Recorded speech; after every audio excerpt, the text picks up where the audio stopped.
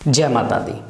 आज हम फिर से एक बार दोबारा मकान के ऊपर चर्चा करने जा रहे हैं कि किन लोगों को मकानों का सुख बहुत अच्छा मिलता है, लेकिन कुछ लोग ऐसे भी हैं जिनकी पूरी ज़िंदगी निकल चुकी है लेकिन अब तक वो लोग मकान ले नहीं पाए।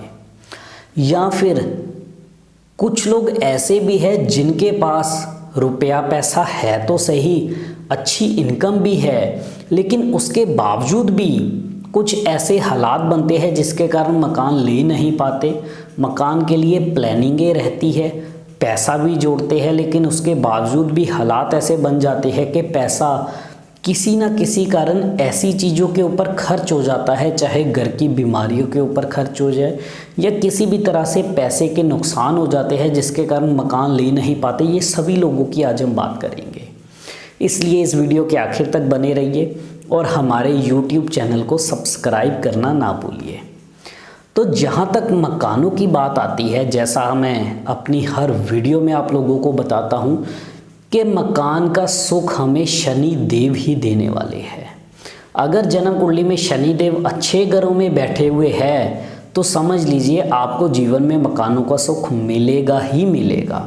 अगर जन्म कुंडली में शनि खराब है तो मकान के सुखों में हमेशा कमी बनी रहती है। लेकिन अब शनि, पहले मैं आप लोगों को बताता हूँ कि शनि किन घरों के अंदर अच्छा माना गया है, और उन घरों में अगर शनि बैठा हो, इंसान मकान बना ले तो किसी तरह की कोई दिक्कत नहीं आती। जन्म कुंडली में अगर शनिदेव दूसरे घर में, 7वें में, 9वें में या 12वें में, इन घरों के अंदर अगर अच्छी अवस्था में बैठे हुए हो तो इंसान का मकान बनता है और मकान बनने के बाद किसी तरह की कोई परेशानी नहीं आती।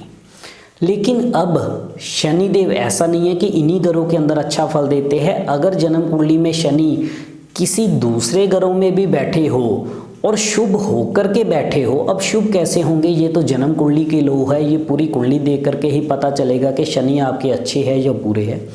अगर कुंडली में लॉ वाइज शनि अच्छे हो रहे हैं तो इंसान मकान जरूर बनाता है। 11वें घर में भी शनि बैठे हुए हो तब भी ये मकान का सुख इंसान को जरूर देते हैं। लेकिन कुछ घरों में शनि की प्रिकॉशंस आ जाती है, जैसे खाना नंबर 1 में हो, 3 में, 4, 5, 6, 8, 10 या 11, इन घरों में अगर शनिदेव बैठे हुए हो तो माना गया है कि इंसान को 48 साल की उम्र से पहले मकान नहीं बनाना चाहिए, और शनि 11वें वाले इंसान को 55 साल की उम्र से पहले मकान नहीं बनाना चाहिए। अब शनिदेव इन घरों के अंदर अगर बैठे हुए हो तो हर इंसान की ज़रूरत है कि उसको मकान चाहिए अपने बच्चों के लिए, अपने बच्चों के फ्यूचर के लिए, या उनको किराए का पैसा बच सके और जिस किराए के पैसे को वो लोगों को देते हैं उस पैसे को वो एक इंस्टॉलमेंट बना करके मकान खरीद के इंस्टॉलमेंट के रूप में दे करके अपना मकान बना सकते हैं। लेकिन अब जन्म कुंडली में मकान बनाने से पहले शनिदेव को देखना बेहद ज़रूरी है। अगर शनिदेव आपके अच्छे होकर के किसी भी घर के अंदर बैठे हैं, खास करके 2, 7, 9 या 12 में बैठे हुए हैं, तो आप आंखें बंद करके मकान की प्लानिंग कीजिए, किसी तरह की कोई दिक्कतें नहीं आएंगी। लेकिन अब शनिदेव अगर 2, 7, 9 या 12 इन घरों को छोड़ करके कहीं भी बैठे हुए हैं और आप मकान बनाना चाहते हैं तो आपको मकान बनाने से पहले एक बार जन्म कुंडली दिखवा करके उसके उपाय करने बेहद ज़रूरी है। नहीं तो जैसे ही आप मकान खरीदोगे या मकान बनाना शुरू करोगे उसके बाद ऐसी ऐसी तकलीफ़ें जीवन के अंदर देगा जिसके कारण इंसान का दोबारा से एक अच्छा सेटल होना, दोबारा से उठ पाना बहुत मुश्किल हो जाता है। जैसे पहले घर में शनि हो, इंसान मकान बना ले, उसको सेहत और कामकाज से जुड़ी हुई बहुत तकलीफ़ें देता है, उसके पिता और पुत्र के ऊपर भी इसका कष्ट देखने को मिलता है। तीसरे घर का शनि हो तो इंसान की पराक्रम के अंदर कमी आती है, कामकाज में दिक्कतें आती है और उसको कर्ज जैसे हालात भी देखने को मिलते हैं। चौथे घर में शनि बैठा हो, इंसान मकान बना ले तो इंसान के घर के अंदर कलेश भी बढ़ते हैं, उसकी माँ को मृत्यु तुल्य कष्ट तक के योग भी बनते हैं, रुपया पैसे के बड़े बड़े नुकसान होते हैं, पैसा घर में टिकता नहीं है, पैसे की तंगी और गरीबी जैसे हालात दोबारा से देखने को मिलते हैं। 5वें घर का शनि हो, इंसान मकान बना ले तो ऐसे में उसके पुत्र के ऊपर यानी बेटे को मृत्यु तुल्य कष्ट तक आते हैं, यानी कि किसी न किसी एक्सीडेंट में उसके बेटे की जान जाने तक का खतरा रहता है। ये इतना बुरा योग है, इसलिए मकान 5वें घर के शनि वाले लोगों को मकान भूल करके भी नहीं बनाना चाहिए। ये पिता और पुत्र दोनों को ही मृत्यु तुल्य कष्ट दे जाता है। 6ठे घर का शनि हो तो 36 से लेकर 39 साल की उम्र के बीच में आप मकान बना सकते हो, ना तो इससे पहले और ना ही 39 साल से लेकर 48 साल की उम्र के बीच में, या तो 48 साल के बाद मकान बनाइए। अगर जिस उम्र के में मैंने आपको मना किया है, इस उम्र में अगर ऐसा इंसान मकान बनाता है तो ऐसे में कर्जा, बीमारी और कामकाज से संबंधित दिक्कतें ये सारी देखने को मिलेंगी। 8वें घर का शनि इंसान मकान बना ले, 8वां घर मौत का है, रुकावटों का है, धोखे का है।